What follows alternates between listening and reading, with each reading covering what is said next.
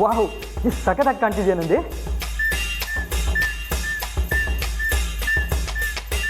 ಕೋಗಿಲೆ ತುಂಬ ಚೆನ್ನಾಗಿ ಹಾಡ್ತಿದೆ ಅಂತ ಕಾಗೆ ಸರ್ಟಿಫಿಕೇಟ್ ಕೊಡೋ ಅವಶ್ಯಕತೆ ಇಲ್ಲ.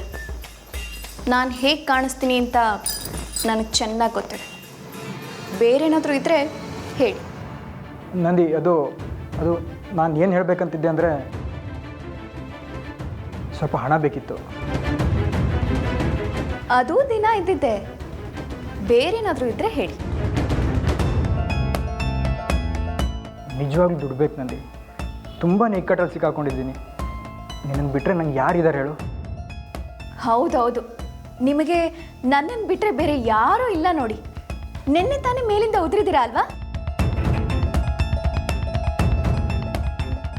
ಎಷ್ಟು ಬೇಕು ದುಡ್ಡು?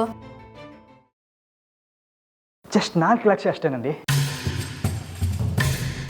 ಜಸ್ಟ್ 4 ಲಕ್ಷ?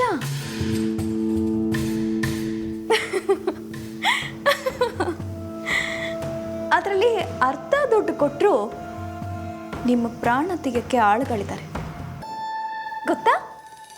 ಏನು ನಂದಿ ನೀನು ಈ ಥರ ಮಾತಾಡ್ತಿದ್ಯಾ?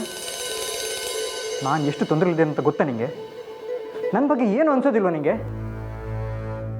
ನಮ್ಮ ಅಪ್ಪಯ್ಯ ನಿಮಗೆ ಕೊಟ್ಟಿದ್ದ ಉಂಗ್ರನ ಮಾರಿದ್ರಲ್ಲ, ಆಗ ನಿಮ್ಗೇನು ಅನ್ಸ್ಲಿಲ್ವಾ? ಎಷ್ಟು ಸಲ ಹೇಳ್ಬೇಕು ನಂದಿ ನಿಂಗೆ? ನಾನು ಉಂಗ್ರ ಮಾರಲಿಲ್ಲ. ಬೇಕಾದರೆ ದುಡ್ಡಿಗೆ ಕೊಡು, ನಾನು ಈಗಲೇ ಉಂಗ್ರ ತಂದು ಕೊಡ್ತೀನಿ. ಮೊದಲು ಉಂಗ್ರ ಬಿಡಿಸ್ಕೊಂಡು ಬನ್ನಿ, ಆಮೇಲೆ ದುಡ್ಡು ಕೊಡ್ತೀನಿ.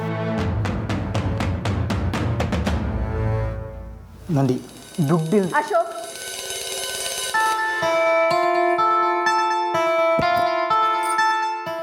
ನೀವು ಜೂಜಾಡಕ್ ಮುಂಚೆ ನನ್ನ ಕೇಳಿದ್ರ? ಸೋಲೋದಕ್ಕೆ ಯಾರು ಕಾರಣ? ನಿಮ್ಮ ಅಣ್ಣ ತಾನೆ. ಹೋಗಿ ಅವ್ರ ಹತ್ರನೇ ದುಡ್ಡು ಕೇಳಿ, ಕೊಡ್ತಾರೆ. ನಂದಿ, ರಾಮಣ್ಣ ದುಡ್ಡು ಕೊಡಲ್ಲ ಅಂತ ನಿಂಗೂ ಗೊತ್ತು. ಮತ್ತ್ಯಾಕೆ ಪದೇ ಪದೇ ಅದನ್ನೇ ಹೇಳ್ತೀಯಾ? ಯಾರು ಹೇಳಿದ್ದು ನಿಮಗೆ ಅವ್ರು ದುಡ್ಡು ಕೊಡಲ್ಲ ಅಂತ? ಇವತ್ತು ಸಂಜೆ 4:15ಗೆ ಸ್ಕೂಲ್ ಹತ್ರ ಹೋಗಿ 4 ಲಕ್ಷ ಏನು 10 ಲಕ್ಷ ಬೇಕಿದ್ರು ಕೊಡ್ತಾರೆ ನಿಮ್ಮಣ್ಣ. ಹೆಂಗೆ? ರಾಮಣ್ಣ ಏನು ಸ್ಕೂಲ್ ಹತ್ರ ಎಲ್ರಿಗೂ ದುಡ್ಡು ಹಂಚ್ತಾನ? ನಾನು ಹೇಳೋದು ಹೇಳಿದ್ದೀನಿ, ಅದ್ರ ಮೇಲೆ ನಿಮ್ಮಿಷ್ಟ. ದುಡ್ಡು ಬೇಕಿದ್ರೆ ಹೋಗಿ ತಗೊಳ್ಳಿ, ಇದರಲ್ಲಿ ನನಗೇನು ಲಾಸ್ ಇಲ್ಲ. ಹಂಗೇನಿಲ್ಲಪ್ಪ, ನೀನು ಹೇಳಿದ್ಮೇಲೆ ನಾನು ಹೋಗದೆ ಇರ್ತೇನಾ? ಹೋಗ್ತೀನಿ, ಹೋಗಿ ದುಡ್ಡು ತೊಗೊಂಡು ಬರೋಗ ಉಂಗ್ರನೂ ತೊಗೊಬರ್ತೀನಿ. ನನ್ನ ಮುದ್ದು ಹೆಂಡತಿ.